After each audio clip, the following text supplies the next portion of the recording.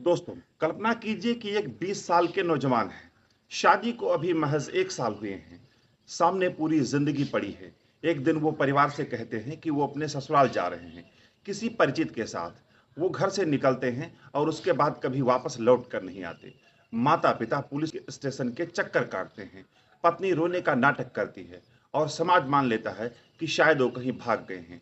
लेकिन ठीक 3 महीने बाद उनके ससुराल से महज 300 मीटर की दूरी पर जमीन के कई फीट नीचे से एक चादर की पोटली निकलती है। जब पुलिस उस पोटली को खोलती है तो अस्पताल में मौजूद डॉक्टरों के भी रोंगटे खड़े हो जाते हैं। अंदर कोई इंसान नहीं, बल्कि गल चुका एक कंकाल था।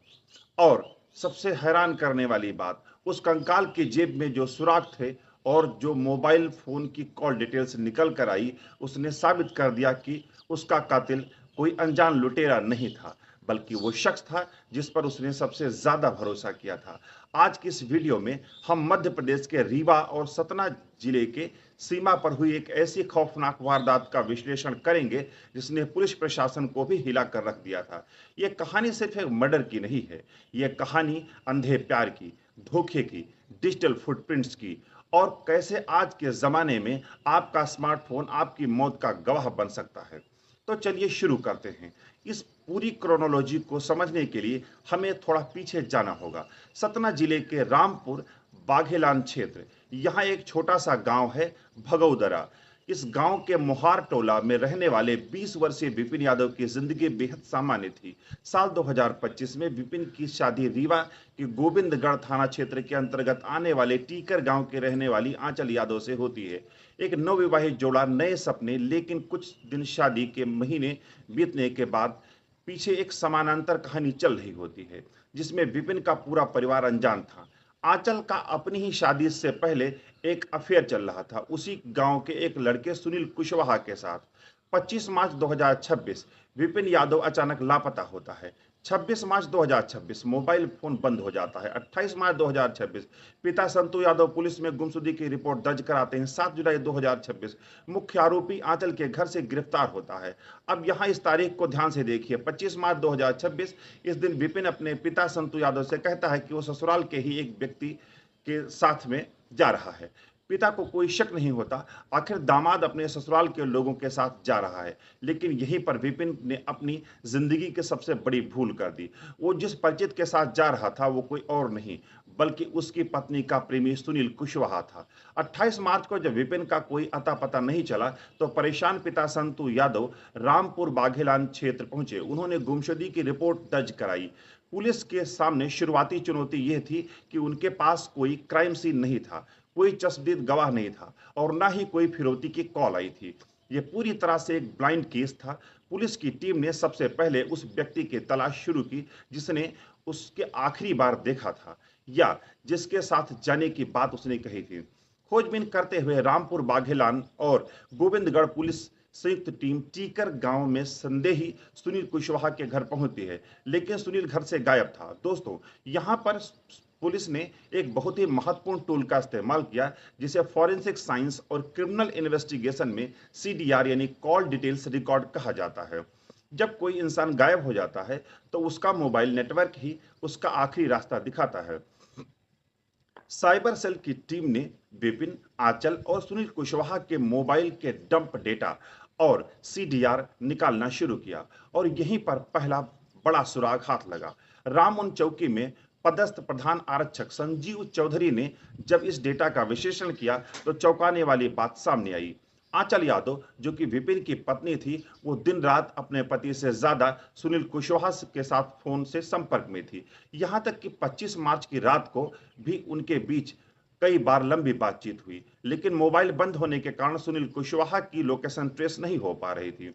वो लगातार अपने ठिकाने बदल रहा था। अप्रैल बीत गया, मई बीत गया, जून भी बीत गया। 3 महीने तक इस केस की फाइल ठंडे बस्ते में जाती दिख रही थी। लेकिन कातिल चाहे कितना भी शातिर हो, वो एक ना एक गलती जरूर करता है।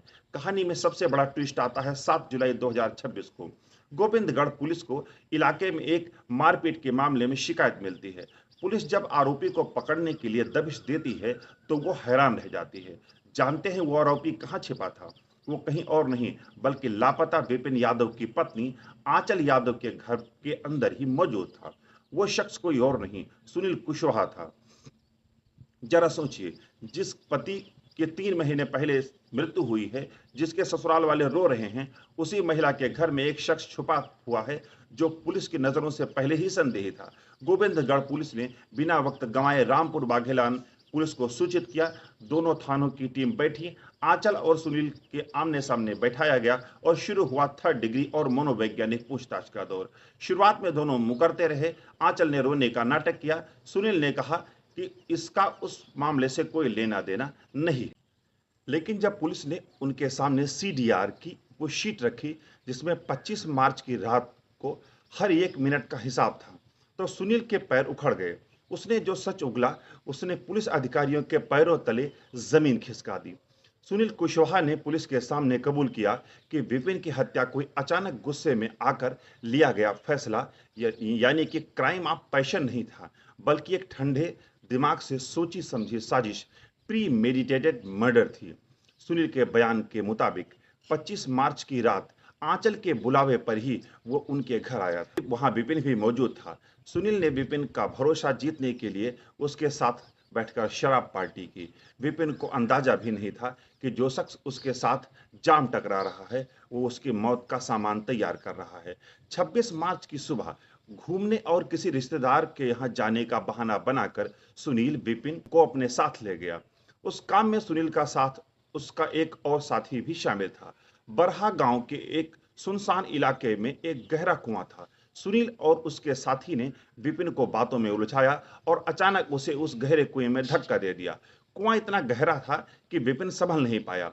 कातिलों को डर था कि अगर विपिन चिल्लाया या बच गया, इसलिए उन्होंने क्रूरता की सारी हदें पार करते हुए कुएं के ऊपर स्थित मिट्टी के एक बड़े टीले को ढहा दिया और भारी मात्रा में मिट्टी और पत्थर कुएं के अंदर फेंक दिया ताकि विपिन के जिंदा होने की संभावना बिल्कुल खत्म हो जाए। इसके बाद दोनों वहां से फरार हो गए। लेकिन दोस्तों, कहानी यही खत्म नहीं होती। कातिलों का शातिर दिमाग देखिए। मर्डर करने के 3 दिन बाद यानी लगभग 29 मार्च के आसपास सुनील और उसके साथी दोबारा उस कुएं के पास आते हैं। क्यों? क्योंकि उन्हें डर था कि कुएं में पानी आने पर या बदबू फैलने पर लाश ऊपर आ सकती है और वे पकड़े जा सकते हैं। उन्होंने कुएं के अंदर उतरकर विपिन की सड़ी गली लाश को बाहर निकाला।